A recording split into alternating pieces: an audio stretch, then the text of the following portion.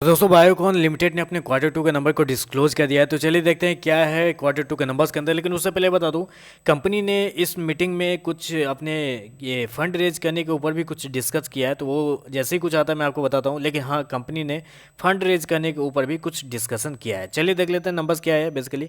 तो ये data basically millions में दिया हुआ है, मैं आपको करोड़ में कन्वर्ट करके समझाता हूँ क्या हुआ है। तो देखिए पिछले क्वार्टर में क्या होता है। पिछले क्वार्टर में कंपनी का अगर रेवेन्यू देखा जाए जो कंपनी ने ऑपरेशन के थ्रू जनरेट किया था, तो 2139 मतलब 2139 करोड़ कंपनी ने पिछले क्वार्टर में जनरेट किए थे। पिछले साल 1840 करोड़ जनरेट किया था, जो कि बढ़ के इस क्वार्टर में 2319 करोड़ के आसपास आ चुका है। तो कह सकते हैं कि साल दर साल कंपनी के रेवेन्यू के अंदर एक अच्छी खासी तेजी आपको देखने को मिली। अप्रोक्सीमेटली आप बोल सकते हैं 26% के आसपास की तेजी है साल दर साल कंपनी के रेवेन्यू के अंदर। लेकिन जब आप क्वार्टर क्वार्टर जाते हैं तो वहाँ पे अप्रोक्सीमेटली आप बोल सकते हैं 10% के आसपास की तेजी आपको देखने को मिल रही है। चलिए कंपनी का एक्सपेंस देखते हैं। एक्सपेंस में कंपनी ने क्या खर्चे किए हैं, इस क्वार्टर में क्या बचाए हैं।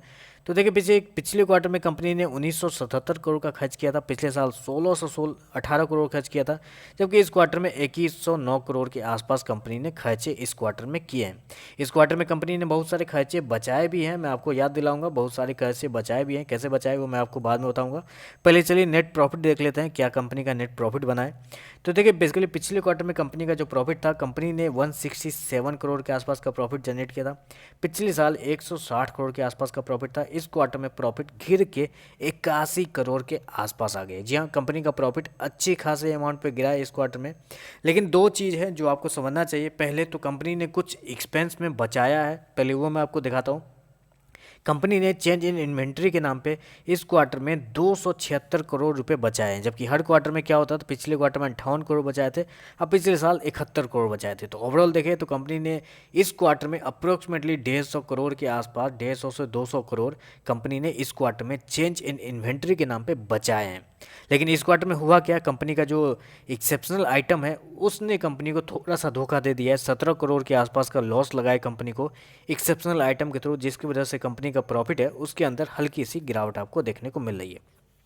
ऊपर से कंपनी का टैक्स जो है इस क्वार्टर में हल्का सा ज़्यादा आपको देखने को मिल रहा है। तो ओवरऑल मेरे हिसाब से अगर आप पूछेंगे नंबर कैसे हैं, अच्छे हैं, ख़राब हैं, तो देखिए मुझे उतना कंफर्ट तो नहीं दिला रहा है ये नंबर, क्योंकि कंपनी अपने एक्सपेंस को कंट्रोल करके इस क्वार्टर में अपने प्रॉफिट को बैलेंस किए।